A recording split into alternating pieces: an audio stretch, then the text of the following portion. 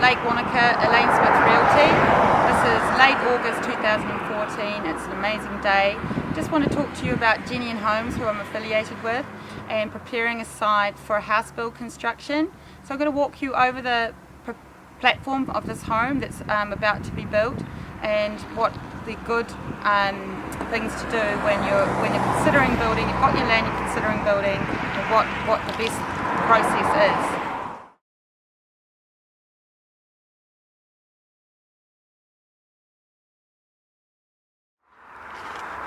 So this site was sloping. It had quite a slope from the high point here in the corner down to the other property, the neighbouring property.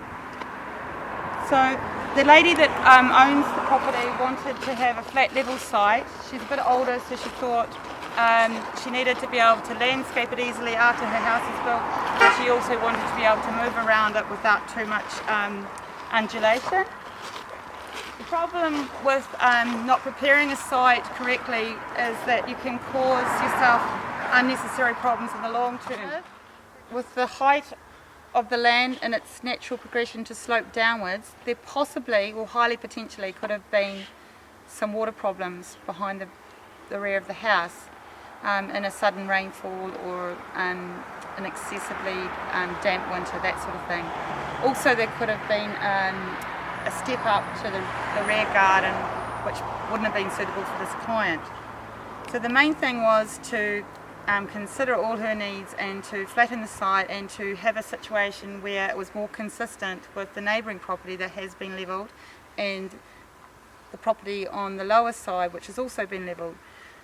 The great thing about levelling a site is that you get a structurally sound site with compacted fill that gets tested by an engineer throughout the process and gets signed off and certified before you proceed with the build.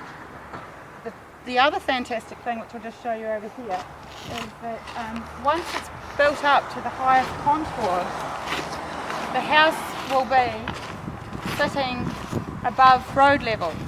So it won't be sunken down into the ground under the other method. It will be actually high, and it will receive the sun, be much more enjoyable to live in. The deck will flow naturally off the house, and the view will be better too, because if you look at that view over there, the higher you are, the better the view is.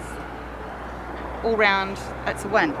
So to prepare the site, you need to be considering the order of process. Now this spill could have been done prior to doing a retaining wall, but it would be very difficult for this machinery to get in here, or anyone to get in here and do the retaining wall after all this fill that's going to be compacted is in place. So in this case, the retaining wall was thought out, materials were purchased, and the builder created a fence, a retaining wall fence that their neighbours approved, and it was done prior to this fill being brought on site. There's quite a little bit further to be done here, but we could perhaps return to the site in a day or so, or maybe a week or so, and show you the next stage of the process. So I hope this has been helpful, and my plan is to show you through the stages of a build over the next few months. Thanks very much.